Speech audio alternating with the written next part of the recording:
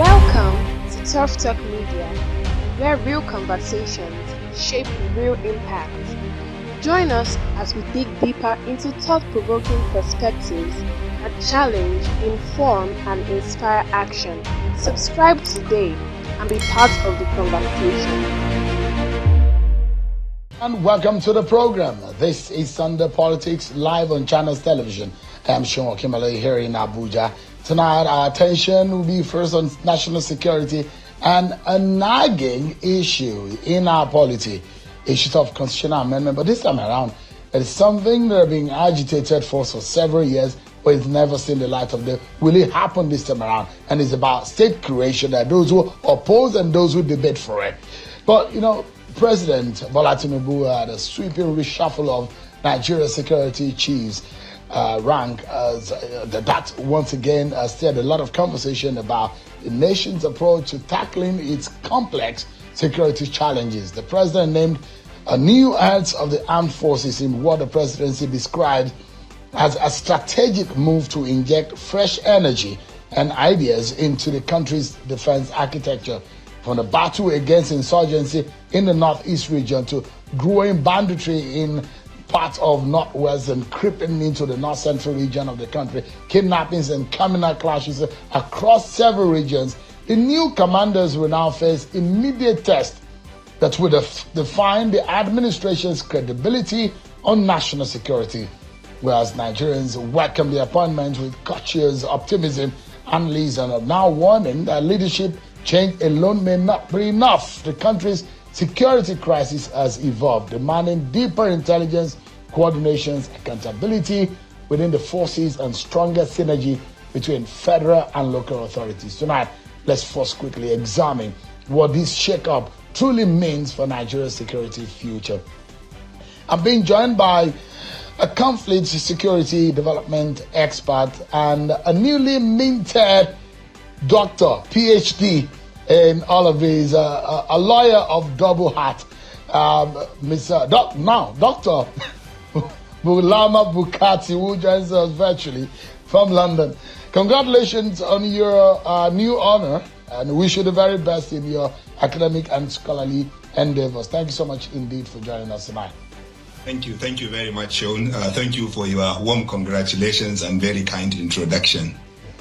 So let's begin the conversation around the decision of the president. And I asked the question on Friday. Did you see that coming?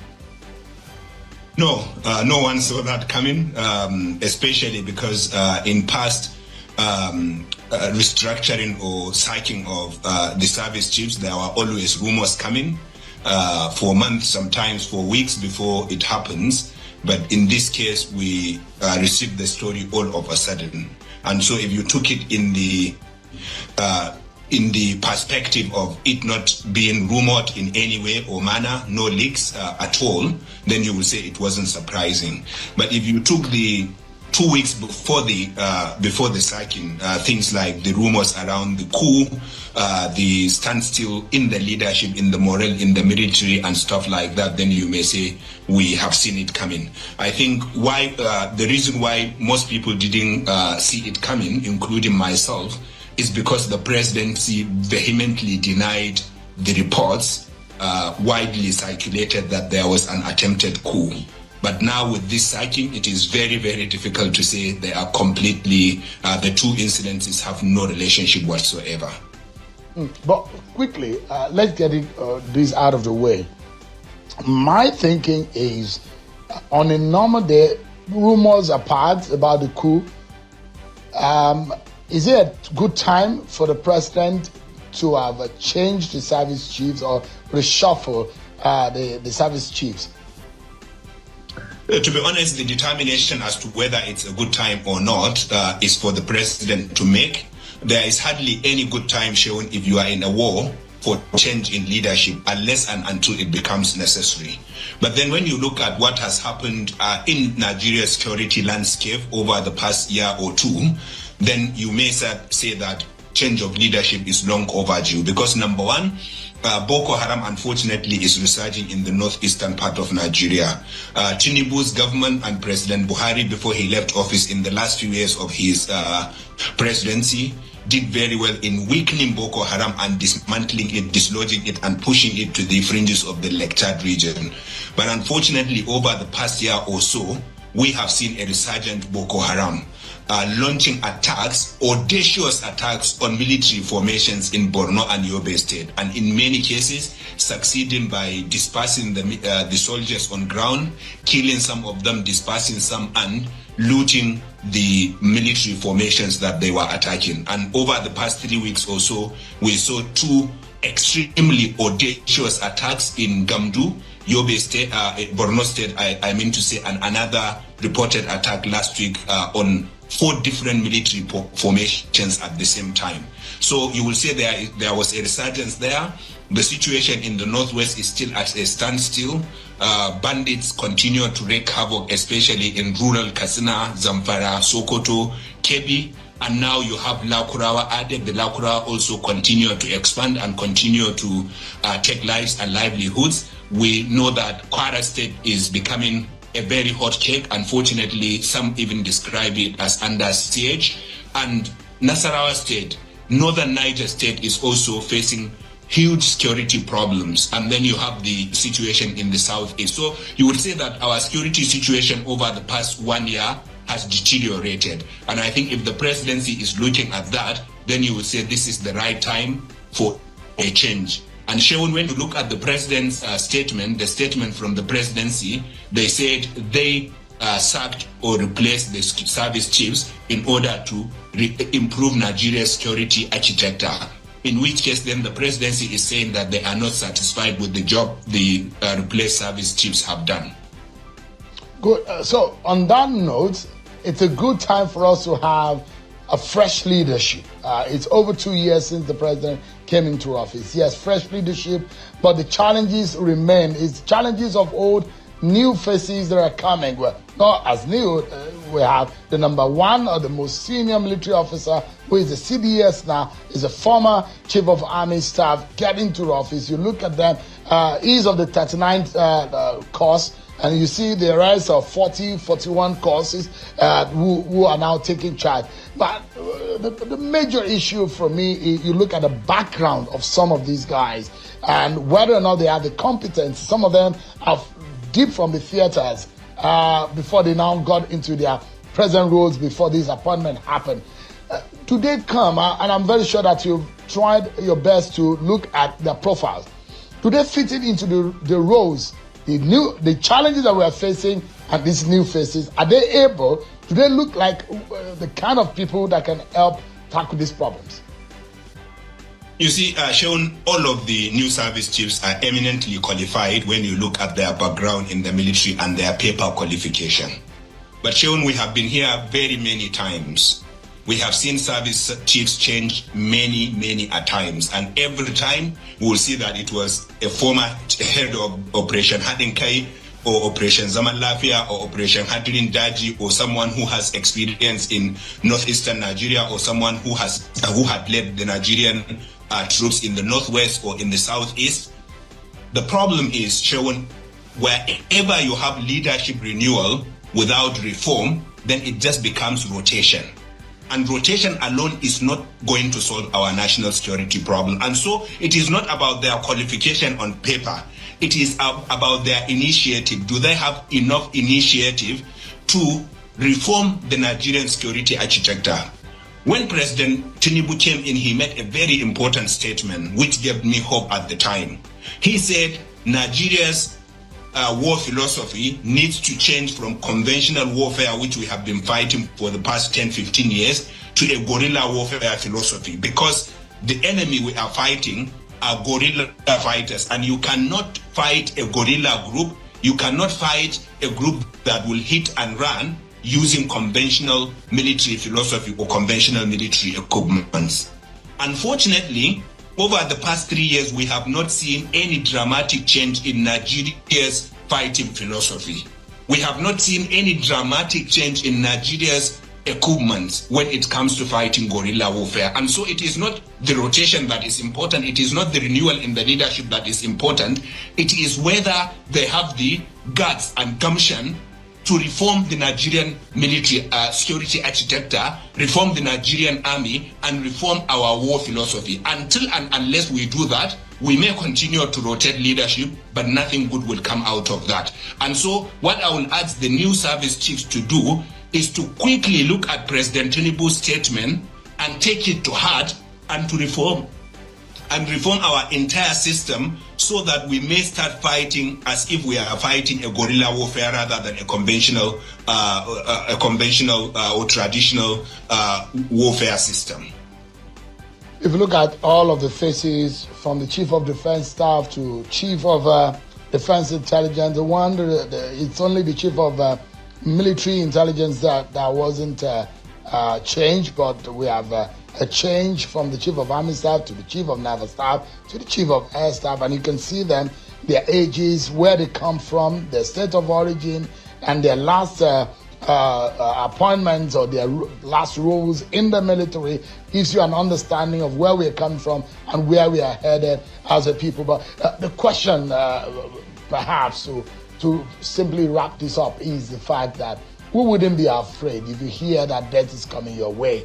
And it's so unfortunate that anyone would be thinking of a coup in this very age of ours as a nation. We've seen far too many. I grew up knowing military coups all my young age. It was just only recently that we had a civilian rule come into play. So I've known a lot about what is military rule in Nigeria. It's not the usual, but it's becoming a trend and a fashion on the continent of Africa. Every president will be afraid. Either a rumor or it's for real. But when this thing happened in 2 years, we've heard and seen about a few times that this is happening. What do you think? How do you think we should handle this? The presidency has said little about it, but the military has rebuffed this. Yeah, I mean, this is a very important point, but let me just make one remark, Sheun, on the profile of the people you just projected. Daily Nigerian has done a fantastic analysis of the new service chiefs. And Sheun, they revealed that 160 officers will now have to retire, because the Chief of Army Staff, the new Chief of Army Staff, is from the 41 regular course initiated, I think, in 1994. That means almost 120 officers in the Nigerian army will have to retire now. I think many of them are generals who will have to retire. And if you took all of the service chiefs, about 140 senior officers will retire because of these appointments. Now, there are two ways of looking at this. One part will be, should you be losing 160 experienced officers at a time when you are fighting on all fronts, on about 4 fronts in Nigeria? And what will that experience vacuum bring with it when it comes to our ability to fight the criminals and terrorists wreaking havoc in our country?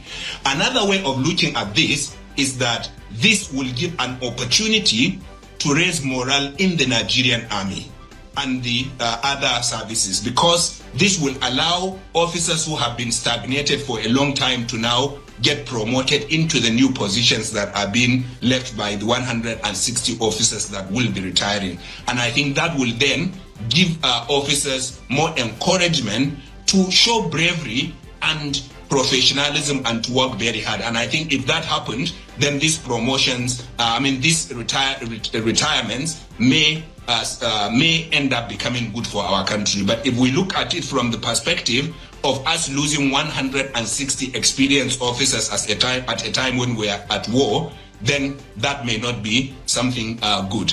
But when it comes to the question of military coups, I think it is something that we must always take seriously. Because like you said, we have had a long history in Nigeria of military coups. Unfortunately, we have seen military coups elsewhere in Africa, including 3 of our neighbors, 3 of our West African neighbors, Burkina Faso, Mali, and Niger recently.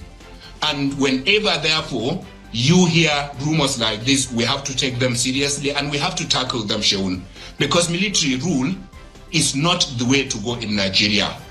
The military in Niger, in Mali, when they took over, they said we took over because the civilian democratically elected governments have failed to restore security and to ensure peace and security.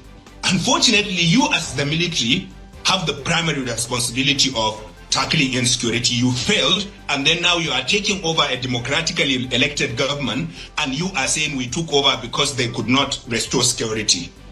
Unfortunately, wherever military takes over, then their attention will be divided. It will be divided between ruling the country or administering the country and ensuring security. And if a military has failed in ensuring security when they are not administering the country, then it will be very difficult for them to succeed when they become politicians or administrators. Therefore, I think it is good that the Nigerian army has denied this rumor. It is good that they would continue to safeguard our country and our borders, and it is good for them to continue to allow democratically elected governments to continue to rule our country. But Sheun, politicians and democratically elected governments have to do better, because if you see, in a lot of sections of Nigeria, people are clamoring even for the military to take over because they are disillusioned with the failure of the politicians and democracy. And I think that's not a good place to be, and therefore our leaders need to show more example by delivering the dividends of democracy to Nigerians, so that Nigerians, many sections of Nigeria, will stop clamoring for the military. Sheun, you said this is your last question, so I will just use this liberty to explain what I mean by reform, because in the beginning I said rotation or renewal without reform is just rotation, which will make no sense. And on the ground now, the new service chiefs will have to do about 5 major things. Number one, and most importantly, is for them to restore morale and professionalism and integrity in the Nigerian military, because these things are fast fading away. You see our military on the ground, especially those on the road, taking 50 naira, 100 naira, 200 naira as bribe. We didn't know that. Our military on the ground, many of them are accused of unprofessionalism. They have to tackle that, and they have to lead by example by going to the war front and fighting together with our military, so that our soldiers, our boots on the ground who are sacrificing their lives every day will see example from their leaders. They also need to work hard to strengthen cooperation between the Nigerian services with other Nigerian law enforcement and security agencies, like the NDLEA, for example, like the Customs and Excise, like the other security and law enforcement agencies, because we cannot succeed unless and until the 17 or so security and law enforcement agencies in Nigeria all work together. And I think the way the way they can work together is for these new service chiefs to strengthen the cooperation and coordination between these agencies and organizations. And I think most importantly, they need to start delivering immediately, because Nigerians are tired of lip service. They are tired of new service chiefs saying we are going to do this, we are going to do that, without anything on the ground until the end of their tenure. And therefore, I urge them to hit the ground running. I urge them to show example, to lead by example. Let them go to the war front and fight with our boots on the ground, so that their morale will be high.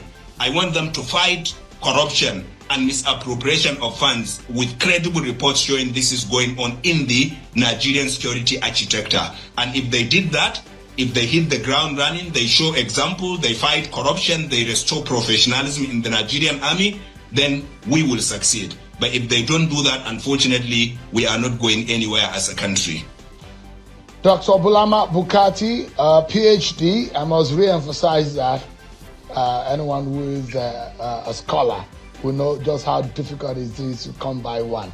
But congratulations once again, Bulama Bukarti. He's a security and conflict development expert, a lawyer here in Nigeria and in the UK. Thanks so much indeed for your time. Thank you. Thank you very much, John. Stay informed, stay inspired, stay tuned to Tough Talk Media, where real conversations shape real impact.